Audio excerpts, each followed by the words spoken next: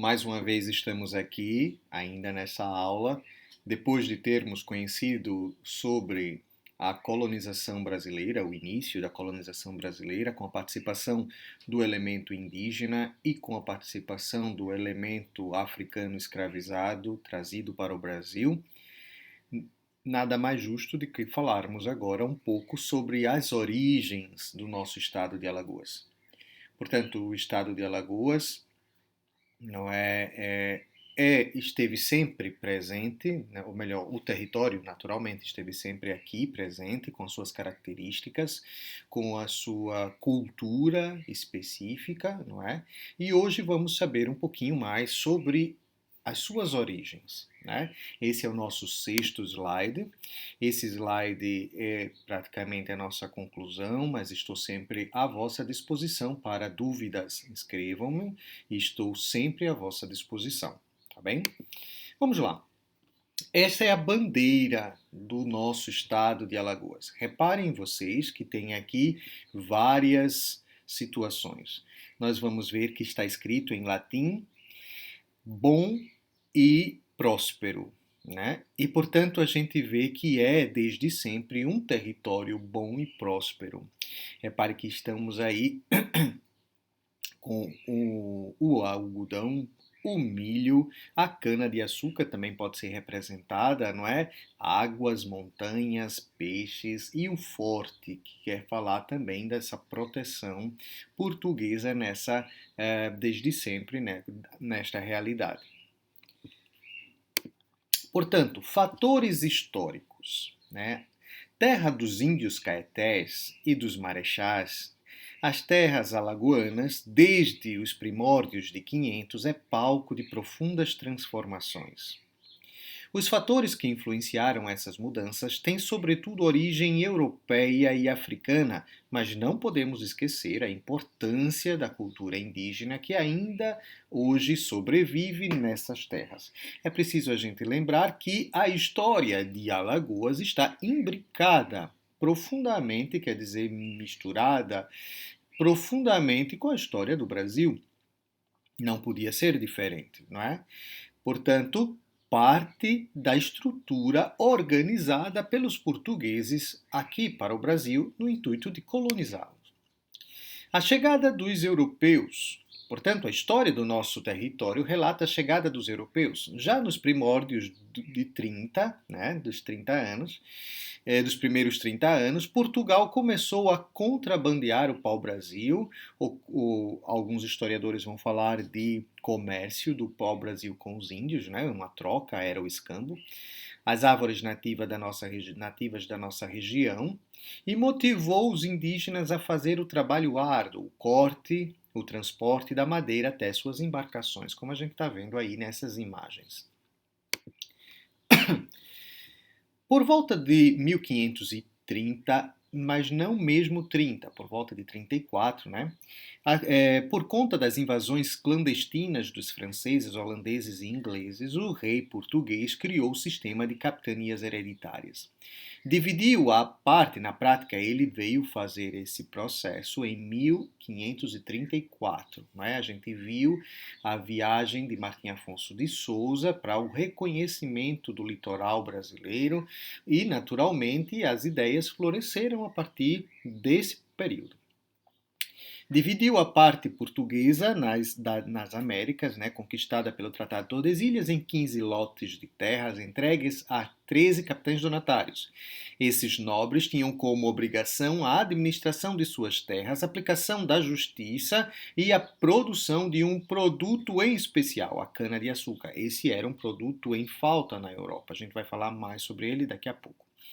Nesse tempo, as terras alagoanas estavam acopladas às terras da capitania de Pernambuco e obedeciam às regras daquela capitania, que era liderada por Duarte Coelho, seu primeiro capitão donatário.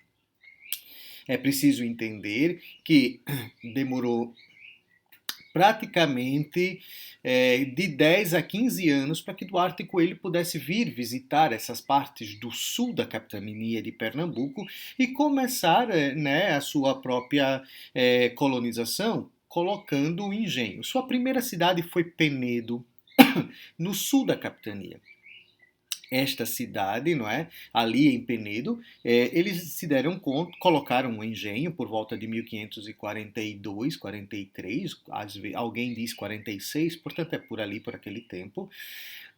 Esse território foi colocado um engenho de modo que produzisse cana-de-açúcar. Mas mais tarde vão ver que em Penedo não é o local forte da cana-de-açúcar e vão utilizar o território de Penedo, por conta do Rio São Francisco, para a criação de gado, né, o gado solto, o gado de corte, o gado criado na extensão do território.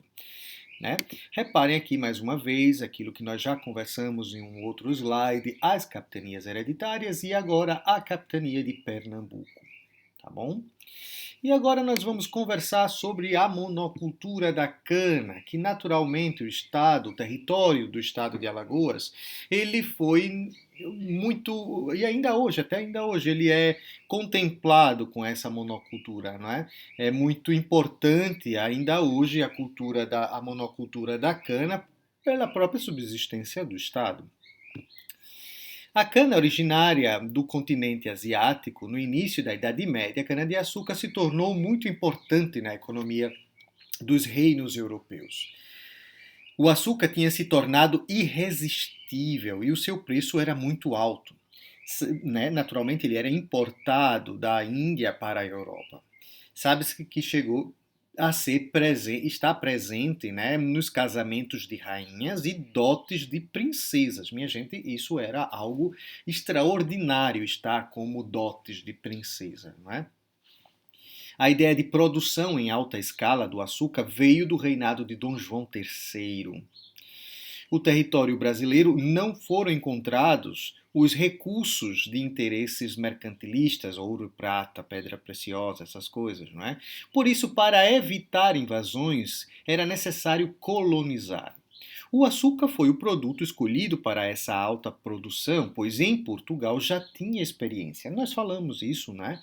Que nas ilhas dos Açores e da Madeira, que antes eram colônias portuguesas e hoje está acoplada ao território português, nesses territórios já se plantava cana-de-açúcar como monocultura e essa cana estava dando muito lucro a Portugal. É por isso que Dom João III escolhe implantar aqui, não é? Situações muito era muito importante conseguir dinheiro, já que os processos, ou melhor, os interesses mercantilistas não englobavam aquilo que era o território brasileiro naquele período. Vamos lá. Os africanos escravizados trazidos para o Brasil para o trabalho na lavoura da cana-de-açúcar. Vocês repararam que, e a gente já conversou disso, os indígenas se recusaram a serem escravizados. Nós vimos a resistência que eles fizeram, e fizeram muito bem, porque estavam sendo invadidos, não é? E é por esse motivo que não foram próprios para aquilo que os portugueses queriam. Além do mais, é preciso dizer que a Igreja Católica ela foi muito forte na defesa desses indígenas, não é? A catequização sim, mas não a escravização. E por isso, pouco tempo depois, por volta de 1550, a gente vai ver que começam a chegar africanos escravizados para o Brasil. Né? Os primeiros trabalhadores do plantel da cana-de-açúcar foram os índios. Esses, os verdadeiros donos da terra, opuseram à escravidão e lutaram contra os europeus. As armas que possuíam queimavam os engenhos, matavam os senhores, não é? Destruíam as plantações e cometiam inclusive suicídios para não se submeterem aos portugueses. A nova estratégia foi trazer o africano escravizado. Essas pessoas eram compradas na África e trazidas em péssimas condições para o Brasil, como nós vimos no outro slide que já conversamos. Né? Naturalmente, aqui vocês veem a chegada desses africanos. A gente já falou, mas eu toco mais uma vez. Né? Depois eles chegavam nos mascates ali no Recife e depois eram trazidos aqui para Alagoas a pé e, portanto, né, comprados por esses grandes fazendeiros e depois trazidos para aqui para Alagoas. Naturalmente, não só Alagoas, o território alagoano, não só produzia cana-de-açúcar. Passou-se um decreto real que a cana-de-açúcar só favorecia aqueles que viviam no litoral. Na prática, o interior do Brasil era desconhecido e a cana-de-açúcar não se adaptou ao sertão. Por isso, foi estabelecido uma faixa de terra de 100 léguas do litoral até o interior, de modo que esse território produzisse cana-de-açúcar. O resto era preciso desenvolver. Como? Então que alguns colonos se desenvolveram a partir daí, não é? Com o gado de corte e mais para frente também com a plantação do algodão, que era de melhor qualidade aqui no estado de Alagoas. Mesmo tendo a cana-de-açúcar, como eu estou escrito, né, a maior importância para os portugueses, a sua produção se desenvolveu sobretudo até 100 léguas, 600 quilômetros, a partir do litoral. A partir dessa distância, outras atividades foram desenvolvidas. No território alagoano, desde o século XVI, a região de Penedo, por ser a mais distante do litoral, foi a produtora de pecuária de extensão, com a produção de carne bovina e caprinos. Né? Já a região do sertão ficou responsável pela produção de algodão, que era um produto necessário para a produção de roupas de escravos. Além disso, pessoal, é também muito importante a produção do tabaco. Não é um produto encontrado na Europa, portanto, é necessário ser colocado entre os produtos importantes do estado de Alagoas, ou melhor, do território antigo que passou, não é? Alagoas, então, o desenvolvimento do território alagoano. A partir do século XVIII, graças ao desenvolvimento econômico, o território alagoano prosperava e já existiam 4 focos populacionais importantes. Porto Calvo, lá de cima, não é? Penedo, lá embaixo, no sul da capitania, Maceió e a vila de Santa Maria Madalena da Lagoa do Sul, atual, né, Marechal Deodoro. Ponto central do território da comarca, era um centro organizacional e político. Devido a esse poder econômico, não é, e não só, e também envolvidos com um certo litígio com a capitania de Pernambuco a favor do rei, que eles se ressurgiram, né, que eles criaram um problema contra o monarca. Então, em 1817, o território alagoano recebeu do imperador o título de capitania hereditária, desvinculando-se do estado de Pernambuco. Né? Aqui era uma crescente comarca, um crescente centro político econômico, né? E portanto é por isso que está lá na bandeira, bom e próspero, né? Com a independência do Brasil, em 22, vejam que apenas 5 anos depois, a capitania de Alagoas, como todas as outras do Brasil, passaram para a província do Império. Né? Em 1880, em 1889, com a proclamação da República, passou a ser o estado de Alagoas. Repare, minha gente, que quem foi que deu o título de capitania hereditária? Foi Dom João VI, que era o rei de Portugal, que estava no Brasil, né? Tinha fugido do poder napoleônico, tinha vindo para o Brasil e aqui se desenvolveu, ele transcorreu de 1808 até 1821. Nesse período aqui, houve várias situações, né? A própria capitania de Pernambuco insurgiu contra ele, mas Alagoas esteve sempre ligado a esse poder do monarca. Por esse motivo, ganhou essa superiorização, né, do seu poder, chamado capitania hereditária.